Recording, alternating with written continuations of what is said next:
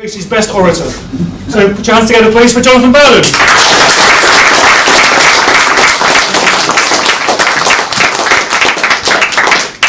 Well, thanks very much for those warm words of introduction. This is a very difficult topic to speak about because it appears to be a depressing and pessimistic era where most of the storm and stress and most of the zeitgeist or spirit of the age seems to be against us. There's also a preponderance for people on the right, politically, to have metaphysically conservative views, which means they're often pessimistic, they're often loyal to Spencer's idea in the sort of 1920s and 1930s that optimism is a form of cowardice. And in relation to that sort of idea, the notion that one should be optimistic about the future is difficult to sustain. But given that the past speech was rather sort of statistical and slightly morbid in tone, my job is to not put a reverse spin on it, but at least to attempt to generate some optimistic energy. Now, there are more of us than ever before, but it's always a question of quality as against quantity in this life. Because I think what I'm going to propose is that instead of looking at demographic and quantity-based analyses, quantitative ways of looking at things, let's look at qualitative ways of looking at things. Let's look at quality. Let's look at elitism. Let's look at the fact that all groups need a vanguard. I remember once a Times journalist asked me a very long time ago in relation to an event called the Le Pen dinner, which is now 20 years old and more. He said, "What's your view of all this stuff about revisionism?" he said to me. This was in the hotel in Knightsbridge, Kensington, where Le Pen and his guests were situated. He said, "What's your view of all that? Is it all true? Or contrariwise, is it all false?" And I said, thinking of some famous murder trial of the time, I'd use the example of the Wests, Frederick and Rosemary now, but of course this particular discussion predated that. I'd say, well, that trial, is everything that occurred in that court case all true or all false? He said, well, hold on a minute, some of it's bound to be true and some of it's bound to be false. And I said, well, absolutely, that will go for revisionism as much as anything else. All revisionism is the ultimate defence of a particular vanguard at a particular time who believed that they were fighting for Western civilization. All elites and vanguard minorities is the radical consciousness of their own group. And just as people like Louis Farrakhan were mentioned earlier on, who's the leader of a sect called the Black Muslims, and just as they are in some respects totally unrepresentative of a lot of African American opinion, they nevertheless represent an ultimate readout, an ultimate salient or a bridgehead from which their population can go forth and from which it can gain energy and succour. And that's the way you have to look at these things. People need ultimate resources. They need absolutists and they need semi-fundamentalists who will stand up for them, at least in a conceptual way, even if they can't stand up for themselves, don't want to, or wouldn't even know how to. And the point of radicals, particularly radicals who deal with the politics of identity in any shape or form, is to provide that elite, is to provide that vanguard. You all know in the technology of a bullet that a bullet is very significant in the impact it can have on a wall or a piece of wood or perforce the human body. But if a bullet is perforated at the top or has mercury injected into the top and is sealed in again, it becomes a far more devastating weapon. It becomes what's known as a dum-dum bullet. Now, if a vanguard is to have the effect of such retreated bullets, so that conceptually and actuarially the energy and vigour of debate is transformed by the use of such a vanguard and its terminology, it has to be aware of where it's coming from, what its tradition is, where it's going to, and what it represents at a particular time. Just because most of the politics of this era seems to be running well and truly against us does not mean that the situation is hopeless, because situations are never hopeless. Groups that have been done down or perceive that they've been done down by history have undergone worse traumas than we are undergoing at the present time.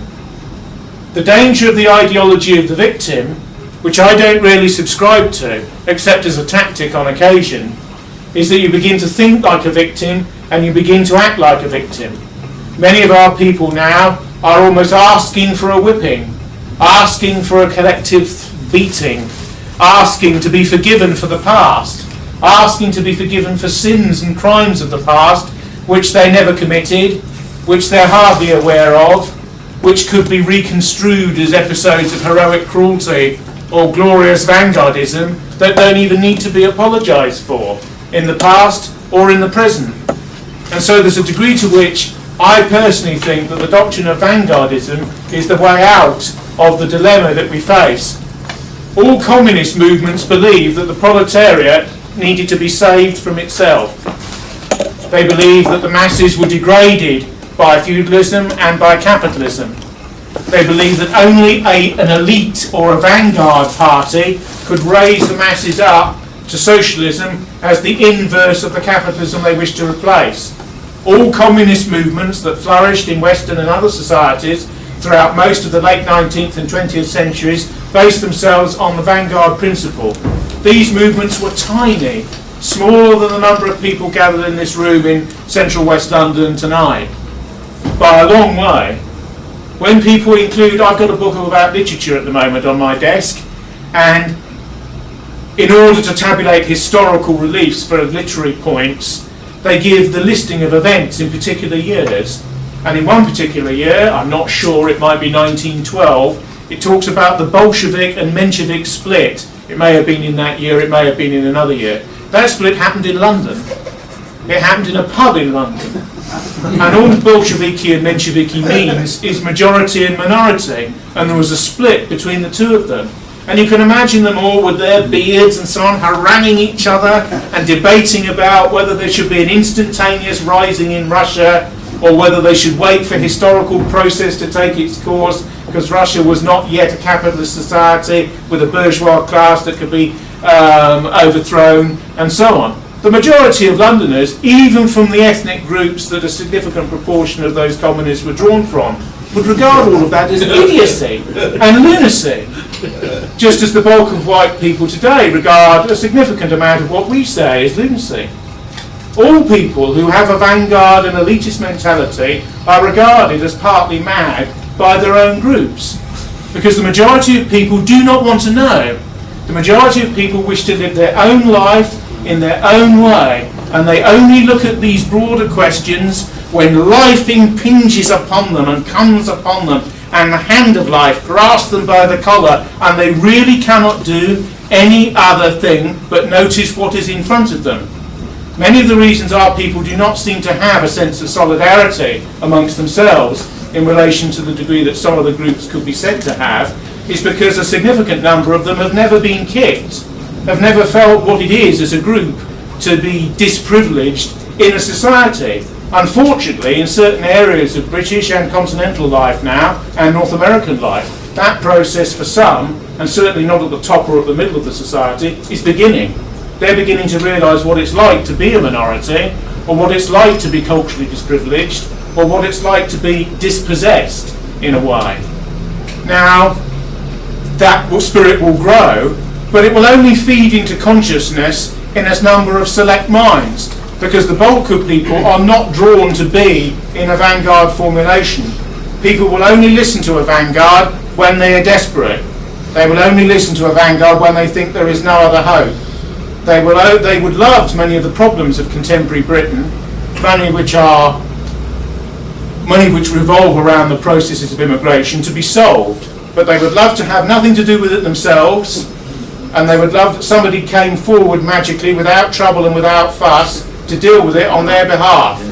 They want no unpleasantness and they want no nastiness, particularly in their own name, but at the same time, if somebody does things of any sort that could be ascribed to that, they would run away and hide initially, be privately pleased, condemn the people who did it, support the people who were against them, and yet at the same time have a secret smirk and smile on their face about the whole thing, and they would do all of that simultaneously. And that's what people are like, and that's what our own people are like up to a point, and that's the funk and the state of internal confusion and bemusement that our people are in. Because every time they turn on the box in the corner, it says everything is marvellous and is all for the best, and that there is no need to worry, and that we're all sleepwalking towards victory. I read 1984 again recently, so a good quarter of a century since I read that book, and it's a remarkably prescient work in every sense. Of course, it's a social democrat's criticism of Stalinist authoritarianism, but in actual fact, Orwell's idea that everyone polices their thoughts before they speak, they even police the idea of their thoughts before they speak, is very germane to the present hour. I was with a relative of mine many years ago, and we were in a wood near Liverpool on our own, and he looked behind him before he made a politically incorrect remark. Because he was worried. He was worried to be alone in a wood with someone else. And if you remember, in the second section of 1984, Julia and Winston have their rather tawdry affair, it has to be said in a way, against the party, sort of sexist rebellion against the puritanism of Newspeak and all that. And they go into the middle of a wood, and they go into the middle of a clearing of saplings in order to get down to it. And the reason that they do that is, one, of course, is because it's not in an urban area and therefore there are no telescreens, these televisions that can look both ways, with the secret police, the thought police behind them. And on the other hand, there are no microphones, because wherever there isn't a telescreen, you can never vouchsafe that there isn't a microphone in that particular novel listening to you.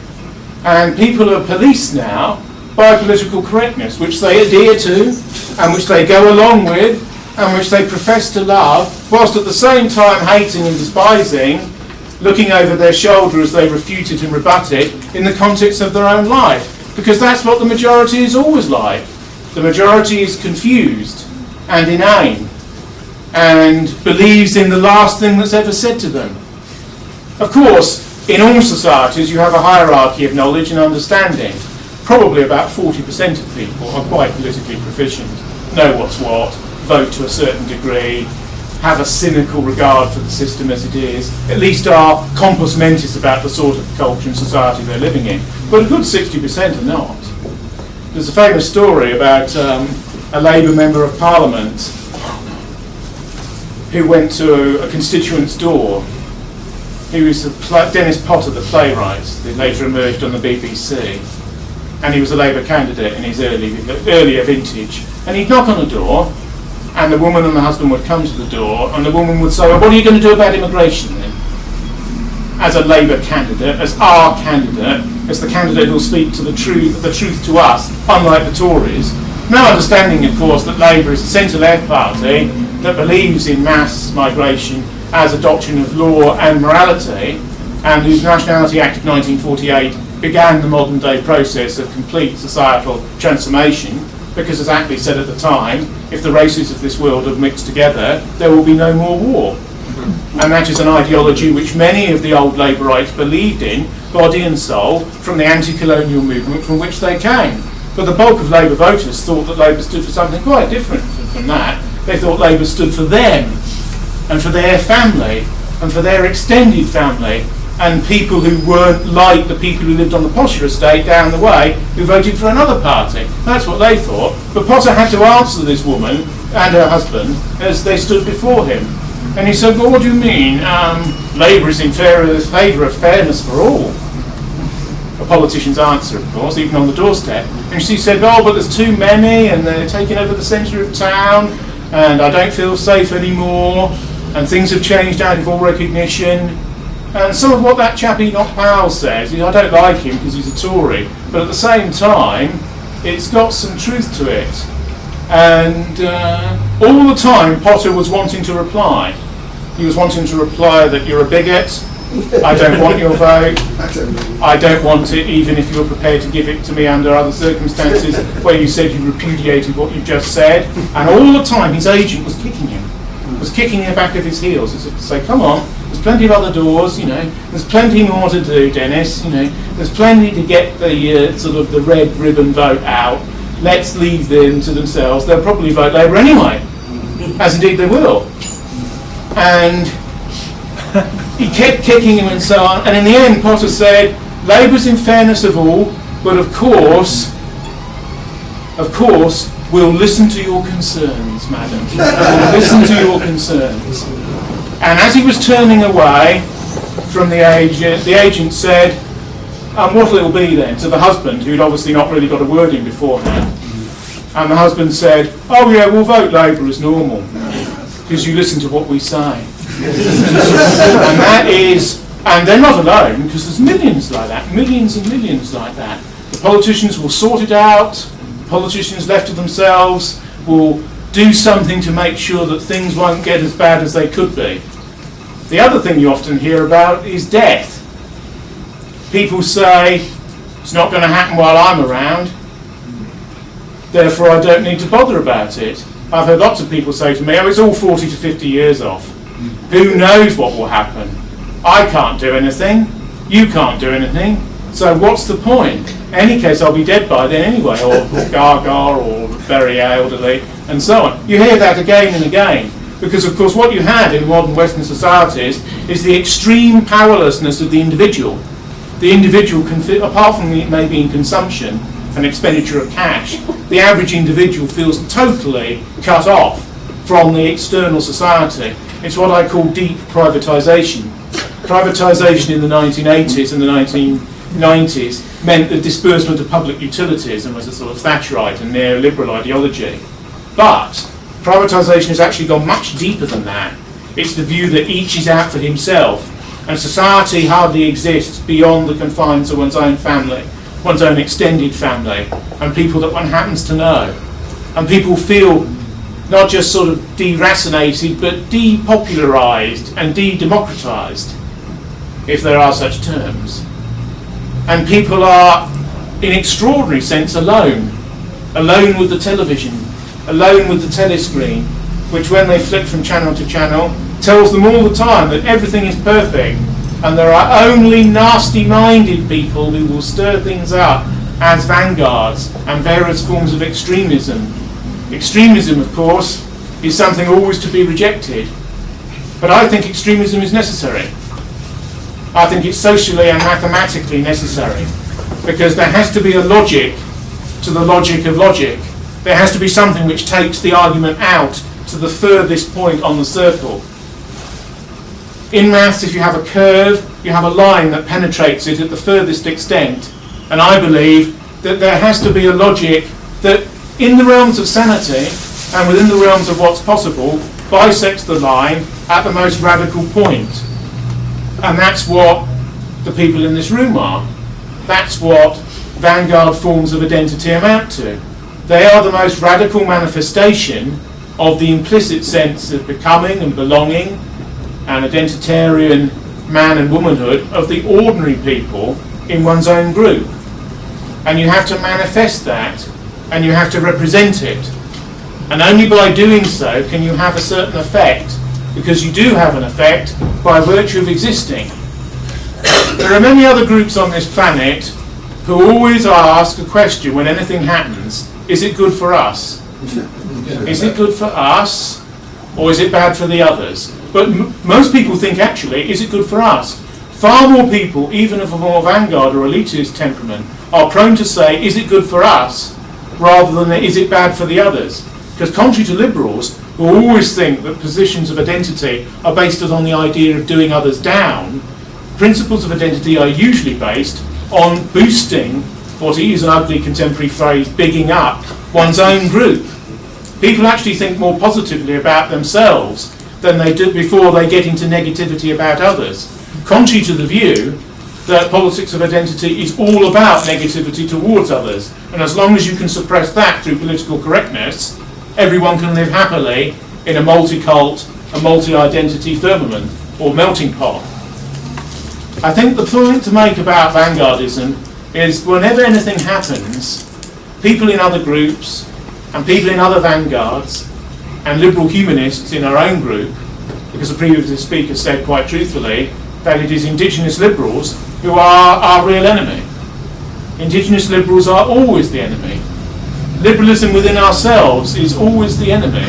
It exists even in people who regard themselves as radical to a certain extent. We've had liberalism in an uninterrupted way for centuries. Russia's never known a liberal regime. And whether one likes it or not, the politics of contemporary Russia have a lot to do with the fact that they've never known a period of liberalism. You could argue that since the restoration of the monarchy in the 1600s, we've known nothing but various forms of liberalism, most of which link to various elements of the Protestant religion during that time. But until about the 1950s or 60s, most forms of Protestantism retained residual, illiberal and patriotic ideas, as for a period they did in a very sectarian way in Northern Ireland. So all views have their liberal side. Even hardliners have their liberal side, which they have to guard against, and guard against chipping away at them.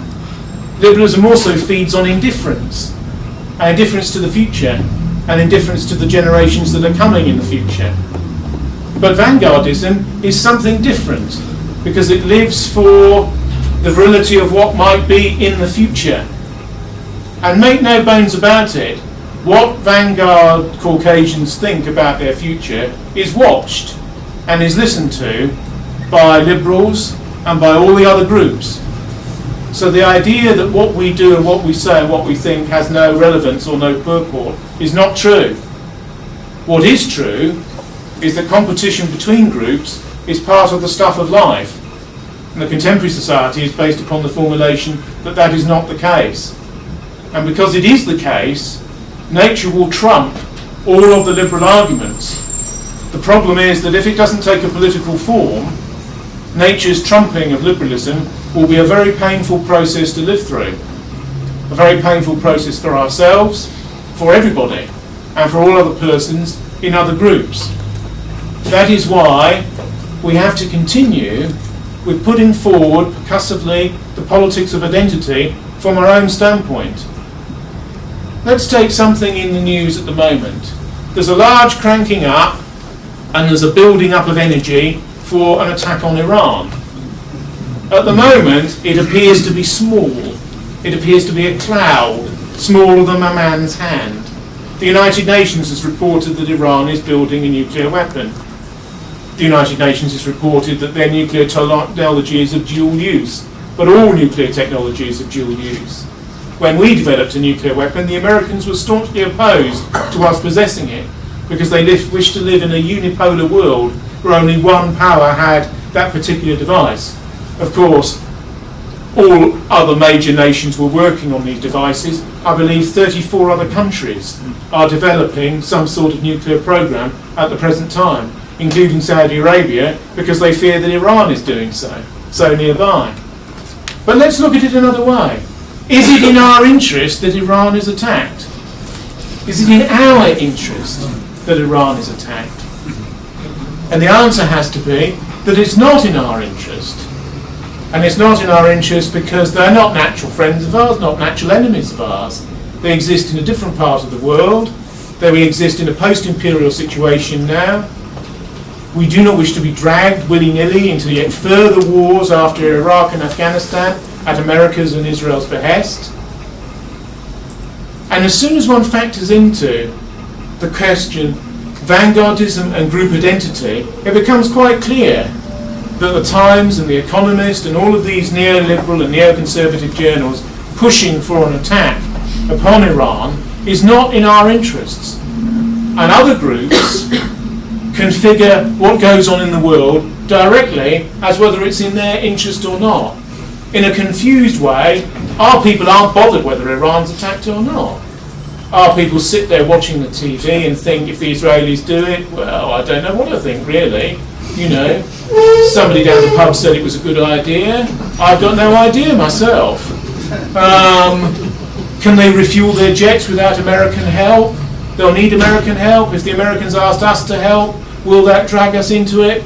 Most of our people would probably consider, is there a danger of a backwash of Islamist radicalism against us because we are lying against Muslim nations elsewhere on earth? Which is not a stupid thing to think, actually, and which is probably one of the more credible, middle-ranking opinions that people, as they sit in the front of the television, would come out with. But if our people began to think more in terms of an identitarian prospect, they would nevertheless come to the conclusion that it's not in our interest to attack Iran. And that's just one issue out of an enormous number that could be pre-configured. Is it in our interest to help bail out the euro? Is it in our interest to engage in yet more wars with the United States of America? Is it in our interest to have American bases on our own soil? Is it in our interest to endlessly have a culture of Marxian deconstruction on over all of our media in comparison to what pre-existed the relative social conservatism of the 1950s? If you slot in all of these ideas, which the masses of people are completely unconcerned about, and yet ask an identity-related question, you come up with the answer that it's not in our interest. Then you need to switch the questions around and ask, are there certain things which are in our interests rather than against our interests at a particular moment in time? Is it in our interest for a significant proportion of our media to be owned by foreigners? Probably not. Is it in our interest for a considerable part of our media to be owned by pornographers? Probably not. Is it in our interest for much of our banking and for much of our media to be totally international and to have no national specificity at all? Probably not. Is it in our interests that so many of our politicians are part of a jet set, international and humanist class that sees Britain as a puddle to their own self and corporate advancement? No, it's not. As soon as you factor into all of these questions, vanguard and elitist propositions on behalf of a group, you come up with an interconnected series of answers about what's in your interest and what's not. When Tony Blair went to war over Iraq, he said it was in our interests to hug America close. And he was part of an ideology called Hug Them Close. This is the idea that you never allow, particularly if you're a social democrat in the British context, on the right of the Labour Party, any blue water at all between what you and what American foreign policy wants at any particular time. Even if privately you don't agree with a lot of it, you still, in a Gaitskell-like way, go along with it. But is it in our interest to behave in that manner?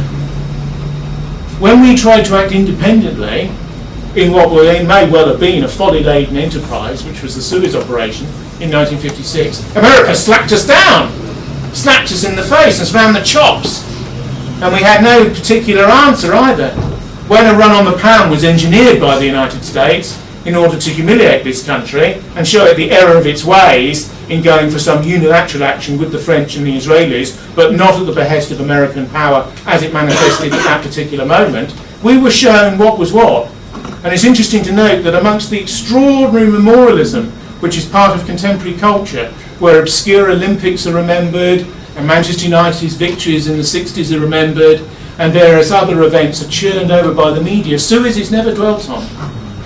Suez is never mentioned. 50 years on from Suez receives this much attention, and the reason it does receive no attention is because it was a rank humiliation for the then ruling class in this country, who learned some very salient post-war lessons, and that was that you keel to the United States like an aggressive bulldog and never basically venture to do anything without their cognizance.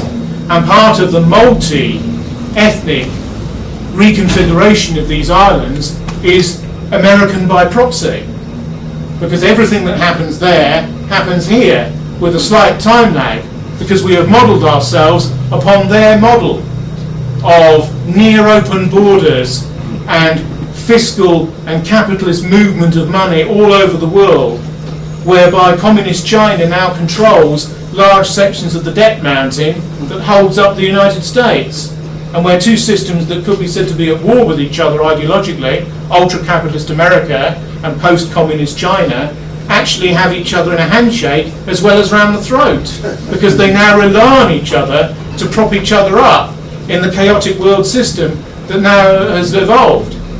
The euro is in desperate trouble, and the Chinese were asked last month to help bail the euro out, and they refused.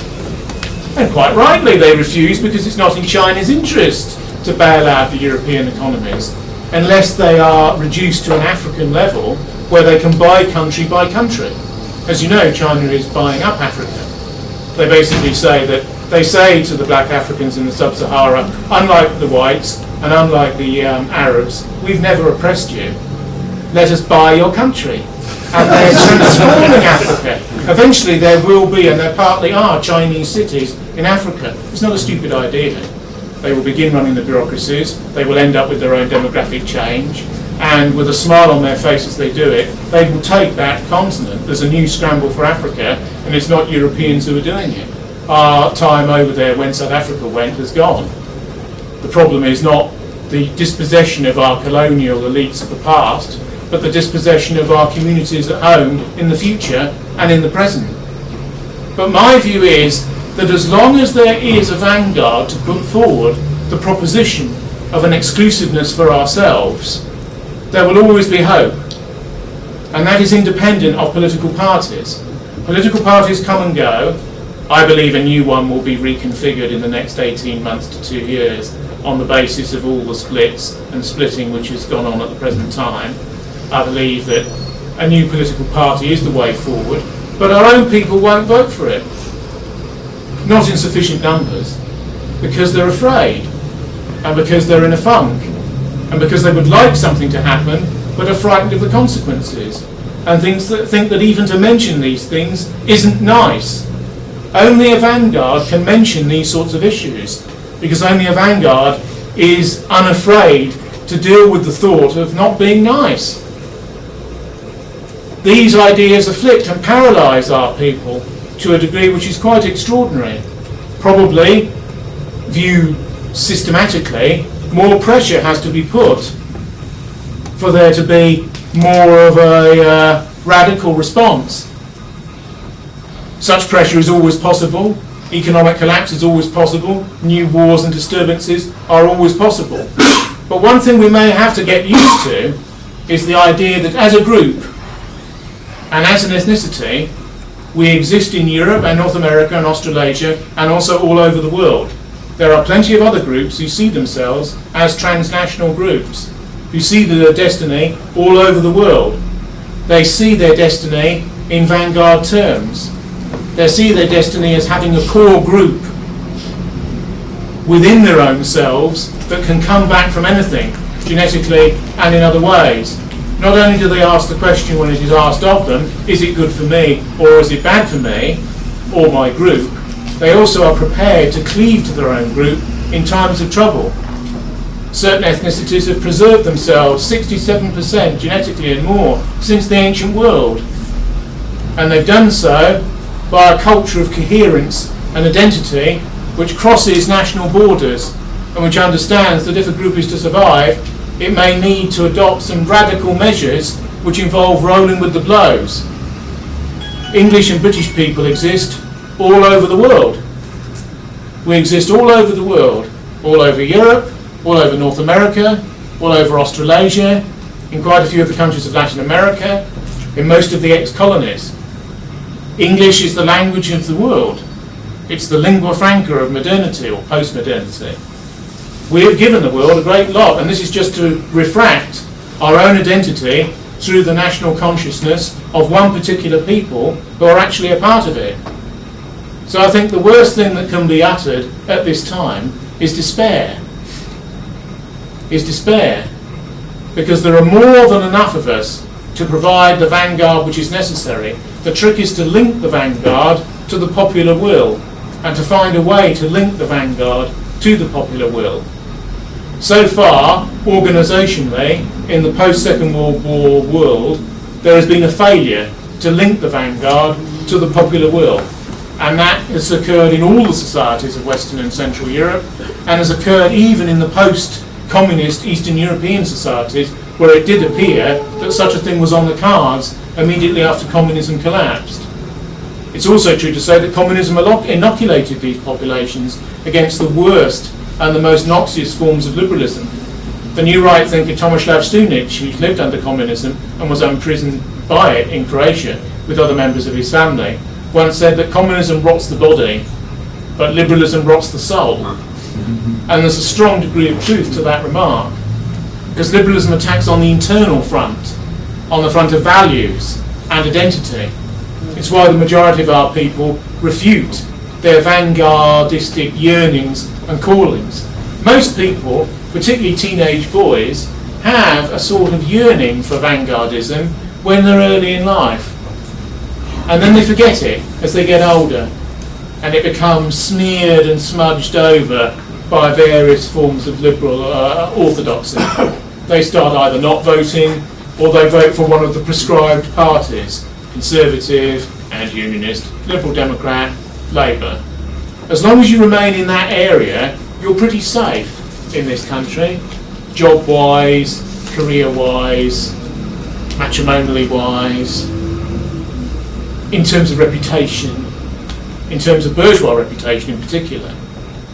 If you step outside of those boundaries, and it's quite a wide boundary, liberals would say, look, we've given you as wide a space as almost anywhere in the world where you can cavort and make hay and make political pronouncements. Why do you need to go outside that? Why do you need to go out into these extremist and unheralded furrows and sort of support things which are countercultural and anti-system?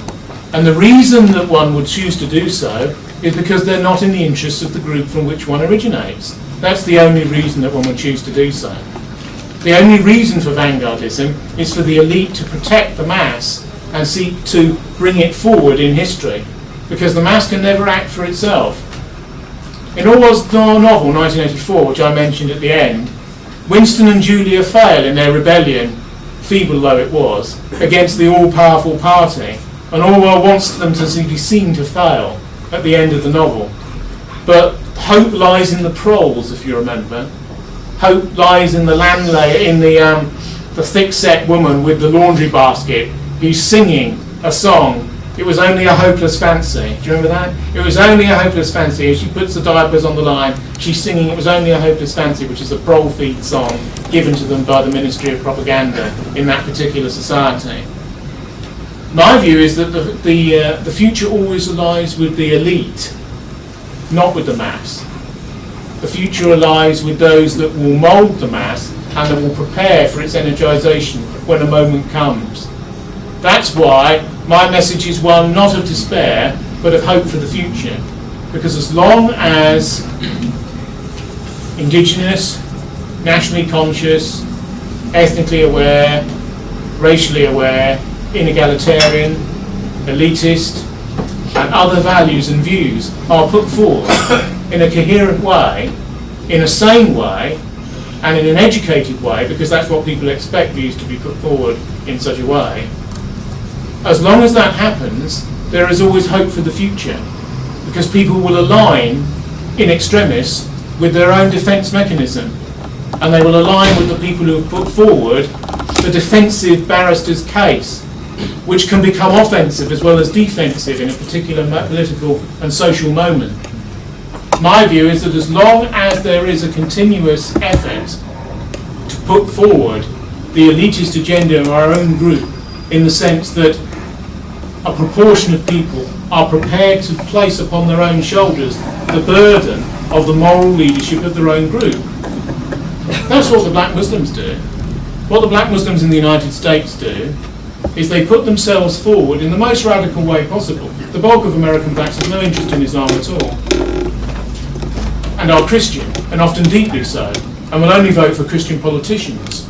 Yet their most radical vanguard group has adopted Islam, and they've done so because in their own way of looking at things, they consider it to be a less white, a less Western formulation, which is more in keeping with their own sense of their own self, their own strength, their own determinacy. The similar phenomenon can be found amongst so-called white extremists, where many evince pagan and other views, because they basically want a viewpoint which, from their point of view, is totally cardinal and it relates to themselves and to no one else. But that's fine, because all those views do is they sustain the strength of the vanguard.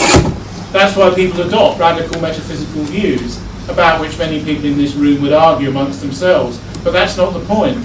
They're the fuel, they're the food, they're the element that keeps people staunch, because it's difficult amongst the withering condescension of a liberal society to maintain elitist identity politics. It's not straightforward, it's not easy, and therefore you need to draw upon certain strengths which are theoretical and which are metaphysical and which are emotional as much as anything else, because one's tie to one's own group has an emotional core, just as one's tied to one's own regiment, if one's a soldier, has an emotional core. That emotional core is extremely important. The theories are there for the upper part of consciousness and the upper part of the mind. They're also to keep people supple, and to keep people clever, and to keep people alert. Because if there is such a crisis that our people feel they cannot survive, they will turn to not us, but to people like us. They always have, and they always will. The crisis in our own hearts and minds is the addiction of our people to liberal answers whilst they remain in zones of economic comfort. That is the problem. Now, of course, there's all sorts of our people who are not in zones of economic comfort at all. But the problem is that many of them are so degraded by the consequences of life and exist day to day, they have no concern with more general and with more theoretical and with sociological changes. They're concerned with this, this luncheon voucher, this meal tomorrow, this visit to the NHS. They're concerned with what is fundamentally before them at any particular time. The people you always want in a society are the ones who have something to lose, and the ones who are feeling that they're losing it. This enormous middle that extends from the middle of the middle class to the middle of the working class, essentially, the heart of the society. Those are the people who have enough at a stake that they're frightened to lose it. At the moment, they cleave to liberalism because they feel things are not irretrievably and atrociously so bad that they need to call upon elites or vanguards or forms of identity politics to save them.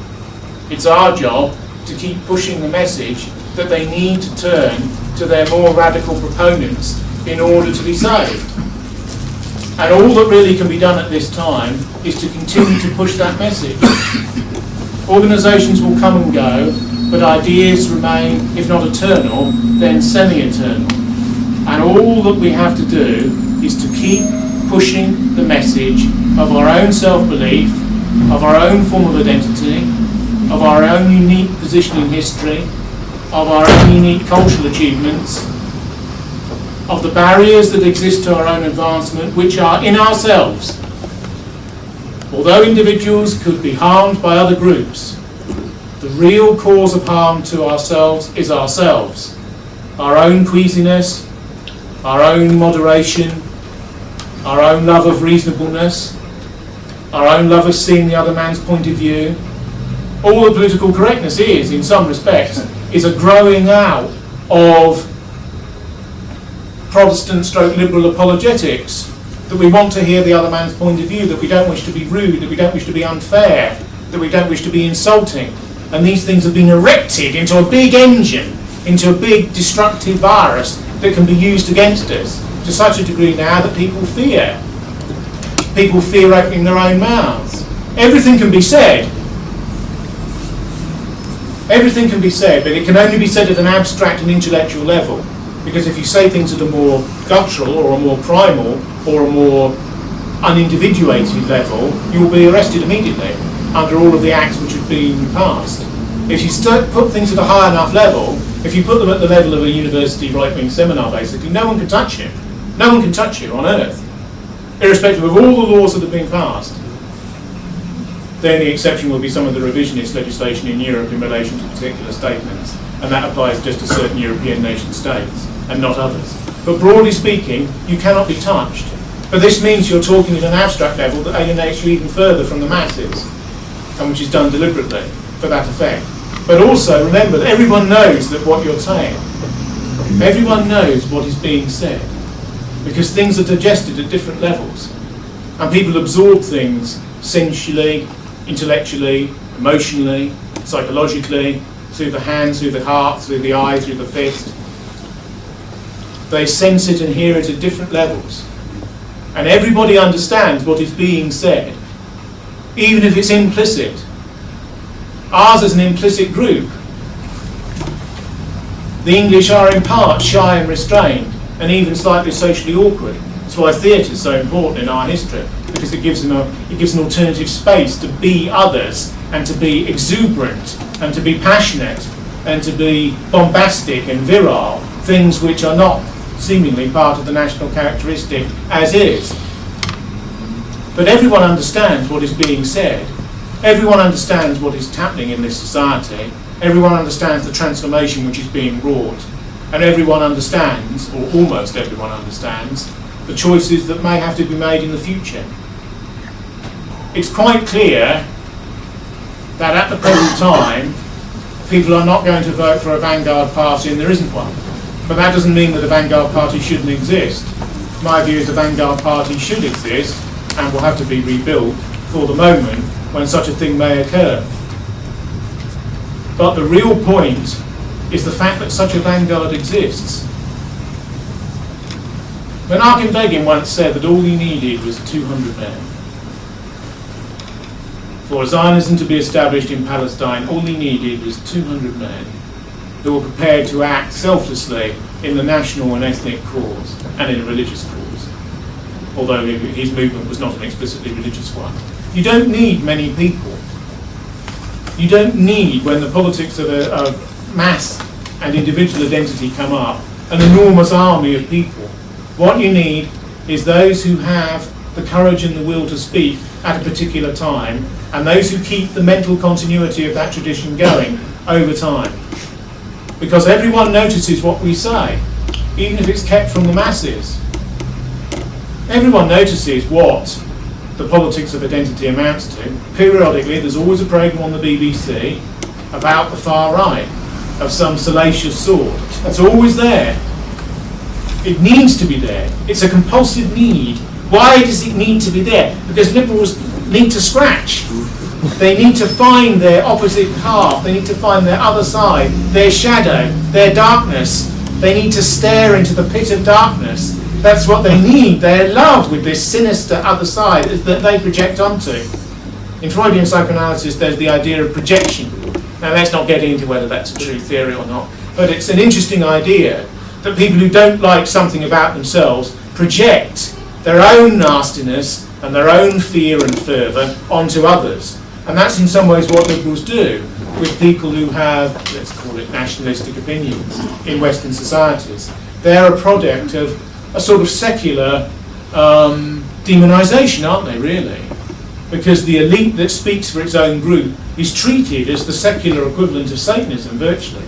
Certainly by many forms of popular media. I mean, that's not an untruthful or particularly biased statement. I think it's just a factual one. Certainly at the level of propaganda, it's a factual one. At the level of academic reportage, it's not, and a more realistic view is taken. But at the level of tabloid media and general media, the demonisation is very strong. And the demonisation has worked. The demonisation has worked, which is why people will not vote in enormous numbers for parties of extraordinary reasonableness. All of the populist parties have fallen over themselves to be as moderate and as acclimatising as possible in this era. They've given away almost 70% of the core ultra views that manifest in this particular areas, and yet still people will not vote for them in a majority way. And that is because the demonisation, together with the apathy and the attendant liberalism, have all worked. But demonisation has a point of crescendo. Demonisation builds and builds and builds until it gets so out of kilter with reality that people shrug it aside, as if it's of no importance. And then it can be a form of virility, and it can be a form of power, and it can be a form of importance. In Northern Ireland at the moment, the Catholic group is proud to vote for Sinn Féin. Almost everybody. The moderate nationalist party, nationalist in the context of that particular society, don't forget, is dying. The SDLP is an elderly party of trade union activists, which is dying. And there is a degree to which we have to understand that in our politics, all is open and anything can happen. And the future is ours if we want it to be. And that the point of the elitist view that I'm putting forward is that the absence of despair is always necessary for our way of thinking and our way of looking at things. I ask you, not to despair. I ask you to look to the future as to the present and to the past. I ask you to remain faith with vanguardistic and elitist views. I ask you to remain faithful to unpopular views at the present time, because they will become majority views instantaneously at a particular moment if the society should ever break and turn our way. All that can be done is to sustain ideas. One man alone in a room with a computer, a typewriter as was, can change the world. A few people alone in a room, if they cleave to an idea whose time has come, can still change the world. There are more of us than ever before. Our people are probably dumbed down to an incredible degree, but more are capable of being better educated than ever before. We're stronger and fitter than ever before. In the Boer War, when the slums of England were opened, 2/3 of those that came forward were raddled with rickets and with disease and couldn't fight, and wouldn't fight because they physically couldn't fight. Churchill once said, "What's use having an empire if you can't flush your own toilet?" One of his rare radical social statements. And there's a degree of truth in all of that.